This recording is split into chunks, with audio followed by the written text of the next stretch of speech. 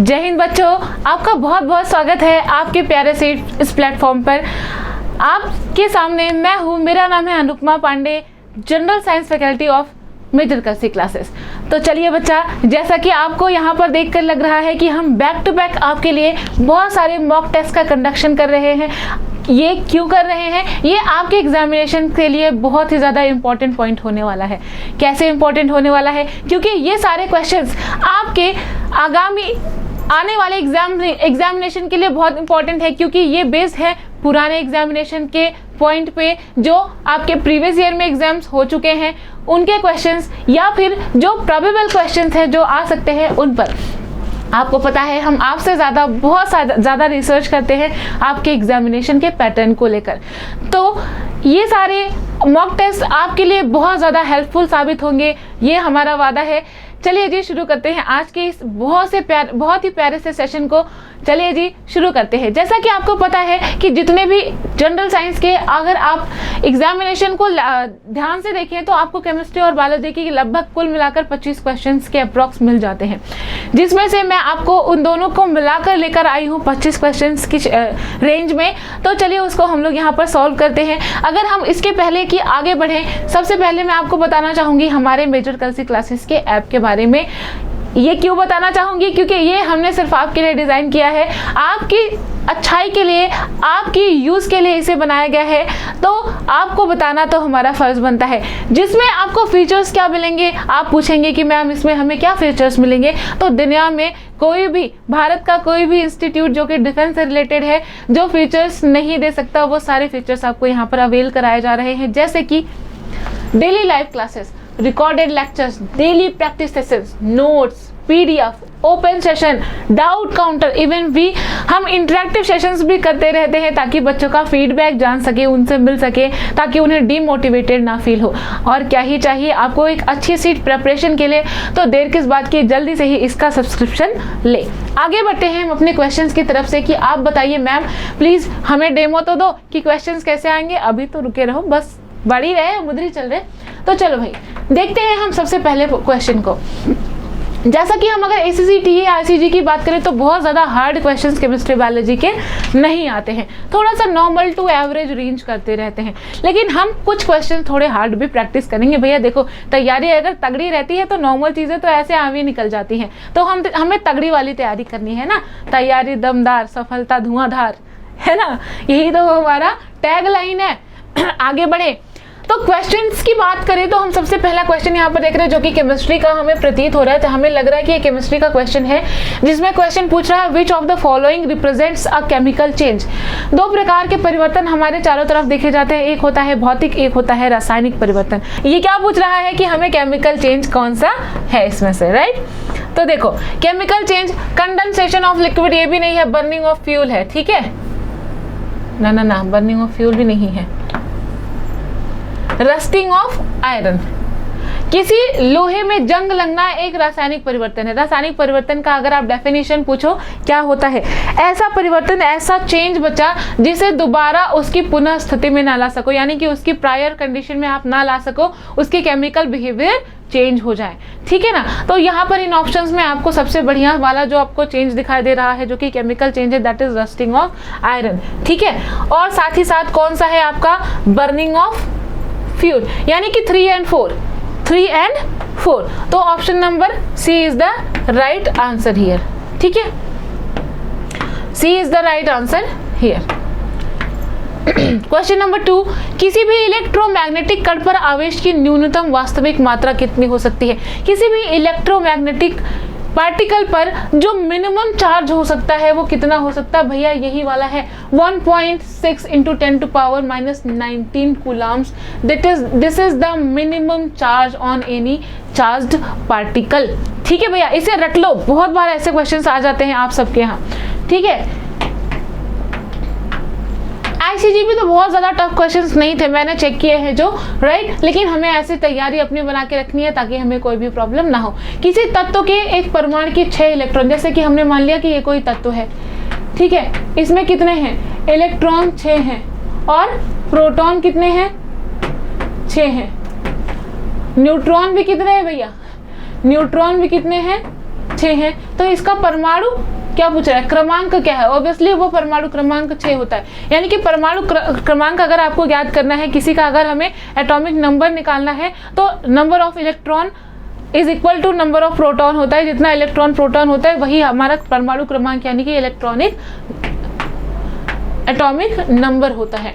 Question number next, lead की pencil में lead का प्रतिशत 0।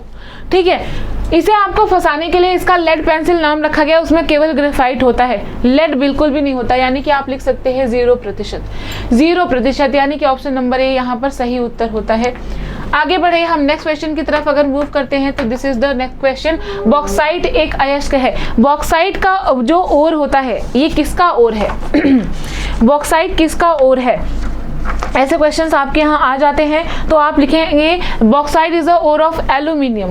एल्यूमिनियम का ओर होता है बॉक्साइट सॉरी, एल्यूमिनियम का ओर होता है हमारा बॉक्साइट।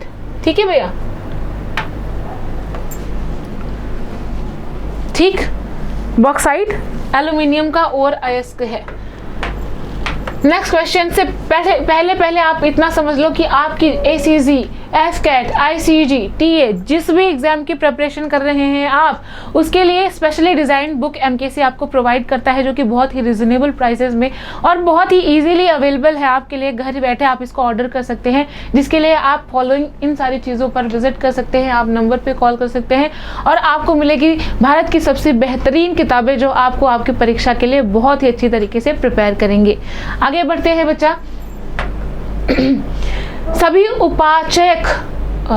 उपचायक एजेंट होते हैं। सभी उपचायक एजेंट होते हैं। जो उपचायक एजेंट होते हैं वो क्या होते हैं बताएं भाई?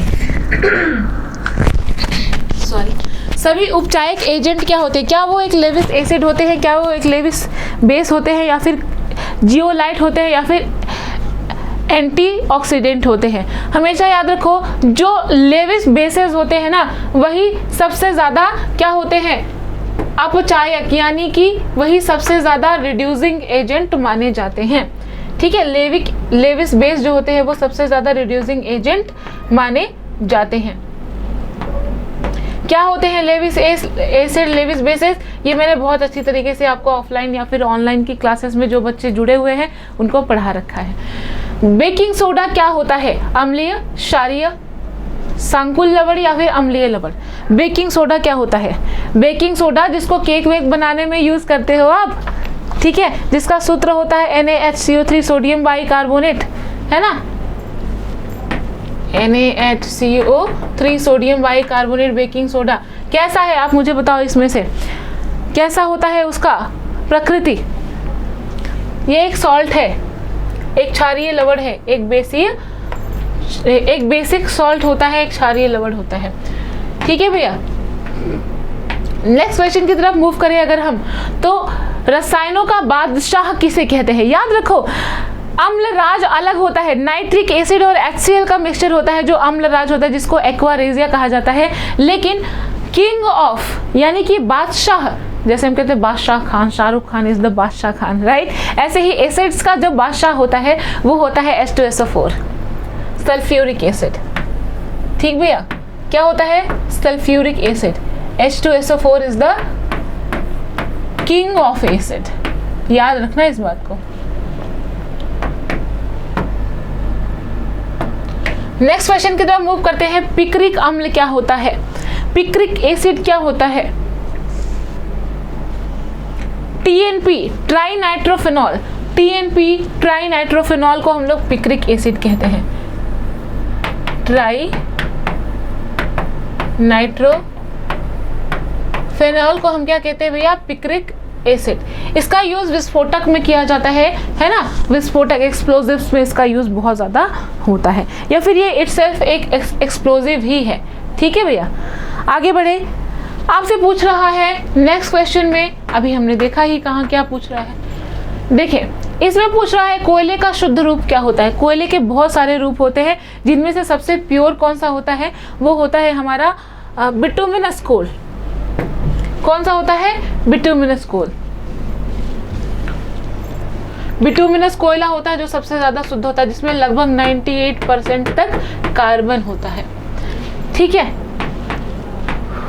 नेक्स्ट क्वेश्चन की तरफ मूव करें इसके पहले आप यहाँ पर देखें कि हम हर संडे आपके लिए एक बेहतरीन सा मॉक टेस्ट आपके लिए ऑर्गेनाइज करते हैं, जिसमें सारे भारत के परीक्षार्थी इनरोल करते हैं और सब एग्जाम देते हैं, जिसमें आप अपनी गुणवत्ता, अपनी क्वालिटी को चेक कर सकते हैं, अपने प्रिपरेशन को एक अच्छा सा शार्प एज दे सकते हैं। तो ज़रूर ज्वाइन करें वीकली होने वाले हमारे मॉक टेस्ट को, जो कि बिल्कुल आपके एग्जामिनेशन पैटर्न के हिसाब से मिनट्स, आवर्स एंड क्वेश्चन के नंबर्स और उनकी क्वालिटी को यहाँ पर ध्यान में रखा जाता है।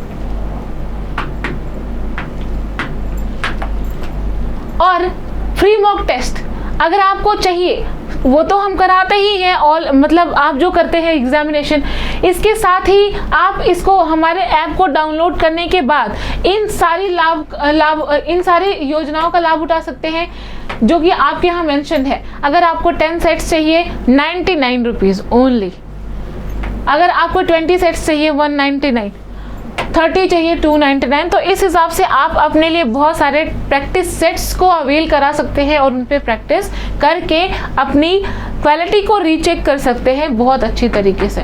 इंडीड आप सब बहुत अच्छी क्वालिटी, हमारी क्वालिटी कौन क्या चेक करेगा, लेकिन इससे हम अपनी प्रिपरेशन को एक बूस्ट दे पाते हैं, राइट। नेक्स्ट क्वेश्चन की तरफ अगर हम मूव करें तो यहाँ पर है इनमें से कौन एक तत्व है, एल्यूमिना, ग्रेफाइट, पीतल, सिलिका, ब्रास, सिलिका, एल्यूमिना या फिर ग्रेफाइट। तत्व सिर्फ और सिर्फ सिलिका है, राइट। ग्रेफाइट तो एक एलोट्रॉप है, एल्यूमिना एक मिक्सचर है, ब्रास भी एक मिक्सचर है, मिश्रण है, ठीक है। तो सिलिका ही यहाँ पर क्या है, राइट आंसर डी। नेक्स्ट, इसमें से किस धातु का गलनांक सबसे उच्च होता है, टंगस्टन, बिना सोचे W, टंगस्टन, जिसका उपयोग किया जाता है बल्ब के फिलामेंट के अंदर, है ना, ठीक है, बल्ब के फिलामेंट के अंदर। ये जल्दी गलता नहीं है ना, इसीलिए इसको बल्ब में यूज किया जाता है। इनमें से कौन सी गैस हसोड़ गैस कहलाती है, मतलब लाफिंग गैस, हंसने वाली gas, that is nitrous oxide, जिसको NO2 N2O कहते हो, N2O nitrous oxide. Nitrous oxide को लाफिंग गैस कहते हैं, यानी कि थोड़ा बहुत अगर आप इसे स्मेल कर लेते हो तो आपको बहुत ज़्यादा हंसी आने लगती है भैया, लेकिन नाइट्रस ऑक्साइड से आप बेहोश भी हो सकते हो, आपको पता है। एनेस्थेटिक भी है, अगर बहुत ज़्यादा अगर आपने स्मेल कर ली तो आप बेहोश हो जाते हैं, और ज़्यादा स्मेल कर ली तो इंसान की जान भी जा सकती है, ठीक है। तो बहुत ज़्यादा अगर आपने इसे स्मेल कर ली है तो इंसान की डेथ भी हो सकती है, दैट इज N2O यानी कि नाइट्रस ऑक्साइड। चलिए भैया, नेक्स्ट क्वेश्चन नंबर 14 में इनमें से कौन सी गैस का प्रयोग फलों को पकाने के लिए किया जाता है, हमेशा याद रखें, एसिटिलीन। एसिटिलीन, एसिटिलीन का प्रयोग किया जाता है फलों को पकाने के लिए, कार्बाइड मिलाकर इसे यूज किया जाता है जिससे कि हमारे फल जो होते हैं वो पक जाते हैं। आपने देखा होगा कच्चे कच्चे फल लोग खरीद कर लाते हैं, उसको कुछ लगाकर रैप कर देते हैं और वो पक जाता है, वो और कुछ नहीं एसिटिलीन होता है, ठीक है। एसिटिलीन का यूज किया जाता है फलों को पकाने के लिए। Question number next, cell wall is present in only, जो कोशिका भित्ति होती है ये किस में अवेलेबल होती है, केवल किस में पाई जाती है, तो हमेशा याद रखें ये केवल और केवल हमारे यहाँ प्लांट में होती है। प्रेजेंट पूछ रहा है ना, प्लांट में, केवल और केवल पादप में। माइकोप्लाज्मा में सेल नहीं होता है, सेल वॉल नहीं होता है, वायरस में भी नहीं होता है, और अरे रे रुको, हम प्लांट बोल रहे हैं और टिक कर रहे हैं एनिमल पे, देख रहे हो, ठीक है, प्लांट में, ठीक, इन तीनों में नहीं पाई जाती। नेक्स्ट क्वेश्चन की तरफ मूव करने से पहले आप ये देखें कि हमने किस तरीके से आपके लिए डेली फिजिकल ट्रेनिंग को अवेल कराया है आपके लिए। फिजिकल ट्रेनिंग क्यों? क्योंकि आपके हर एग्जाम के लिए एक स्पेसिफिक टाइप की फिजिकल फिटनेस की आवश्यकता होती है, जिसको ध्यान में रखते हुए आपके एग्जाम के अकॉर्डिंग आपके फिजिकल क्राइटेरिया को यहाँ पर बिल्डअप करने की कोशिश की जाती है, जो कि डेली आपको प्रोवाइड की जाती है क्या कोई इंस्टीट्यूट भारत में जो आपको डेली फिजिकल ट्रेनिंग भी अवेल कराता है? तो नहीं है। आप यहाँ आए, आपको हर चीज़ों की सुविधा दी जा रही है, right. Next, which part of cell is called the store house of protein? भैया देखो, राइबोसोम को कहते हैं it is the protein factory of the cell. Ribosome को कहते हैं it is the protein factory of the cell. तो बिना कुछ देखे हुए आंखें बंद करके फटाक से इसी पे टिक करना, राइबोसोम। राइबोसोम ही है जो कि प्रोटीन को स्टोर करता है और फैक्ट्री है, ठीक है। नेक्स्ट क्वेश्चन की तरफ बढ़े। Division of cytoplasm is term as, जैसे देखो कोशिका विभाजन को हम लोग कहते हैं क्या पता है, साइटोकाइनेसिस, लेकिन केंद्रक के विभाजन को हम कैरियोकाइनेसिस कहते हैं, क्योंकि कैरियन जो होता है ये एक ग्रीक शब्द है जिसका मतलब होता है न्यूक्लियस। न्यूक्लियस यानी कि हिंदी में कह सकते हो आप केंद्रक। केंद्रक के विभाजन को कैरियोकाइनेसिस कहा जाता है। बढ़े क्या हम नेक्स्ट क्वेश्चन की तरफ। बहुत इजी क्वेश्चंस हैं ये सारे, बहुत ही ज़्यादा इजी हैं। धीरे धीरे अगर आप इस बार इसको अटेंड कर लोगे ना तो और इजी लगेंगे। जैसे जैसे हम और मॉक टेस्ट लाते जाएंगे हलवा लगेंगे सारे क्वेश्चंस। आप जब एग्जाम में बैठोगे अरे ये सब तो हवा है ना। चले, जंतुओं में उपास्थि का निर्माण होता है। Cartilage is formed in animal. Cartilage एक ऐसी हड्डी होती है जो कि बहुत ज़्यादा सॉफ्ट होती है, हमारी लंबी हड्डियों की छोर पर पाई जाती है। कार्टिलेज जो होती है जिसमें कैल्शियम फास्फेट की मात्रा अधिक होती है, कैल्शियम कार्बोनेट की मात्रा बहुत कम होती है। आप हमेशा देखें ये किसका बनता है, कॉन्ड्रियोकाइट्स, ऑस्टियोब्लास्ट, फाइब्रोब्लास्ट या ऑस्टियो क्या लिखा हुआ है, ऑस्टियोक्लास्ट, फाइब्रोब्लास्ट, ऑस्टियोब्लास्ट, कॉन्ड्रोसाइट्स किसका बना होता है भैया हमारे यहाँ बताएं।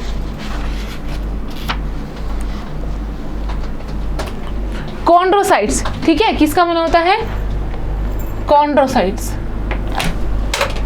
कॉन्ड्रोसाइट्स का बना होता है जो होता है हमारा कार्टिलेज। ठीक है भाई, कार्टिलेज क्या है, सॉफ्ट हड्डी है। कार्टिलेज कहाँ कहाँ पाया जाता है पता है आपको, आपकी नाक में, कान में, गले, श्वास नाल में, इन सब में कार्टिलेज की बनी हुई हड्डियां होती हैं। ठीक है, किसकी, कार्टिलेज की बनी हुई हड्डियां होती हैं जो कि बहुत ज़्यादा सॉफ्ट है, तभी तो लोग अपने नाक और कान को ऐसे पियर्सिंग करा लेते हैं, राइट। नेक्स्ट, विटामिन सी की कमी से होने वाली बीमारी कौन सी है, बहुत बचपन से रट रखा है, स्कर्वी रोग, जिसमें आपके दांतों और गम से क्या होने लगती है, ब्लीडिंग आने लगती है, आपके मसूड़े बड़े कमजोर हो जाते हैं। स्कर्वी, अच्छा विटामिन सी पाया किसमें जाता है, सभी खट्टे फलों में, ज़्यादातर अचार नहीं फलों में, ठीक है, ज़्यादातर आंवला के अंदर। और विटामिन सी का जो रासायनिक नाम होता है वो होता है क्या पता है आपको, वो होता है एस्कॉर्बिक अम्ल, ascorbic acid. It is the chemical name of our vitamin C. Next, इसमें से विटामिन डी पाया जाता है किसमें, यानी कि विटामिन डी का जो केमिकल नेम होता है वो कैल्सीफेरॉल होता है, तो कैल्सीफेरॉल में ही तो पाया जाएगा ना विटामिन डी।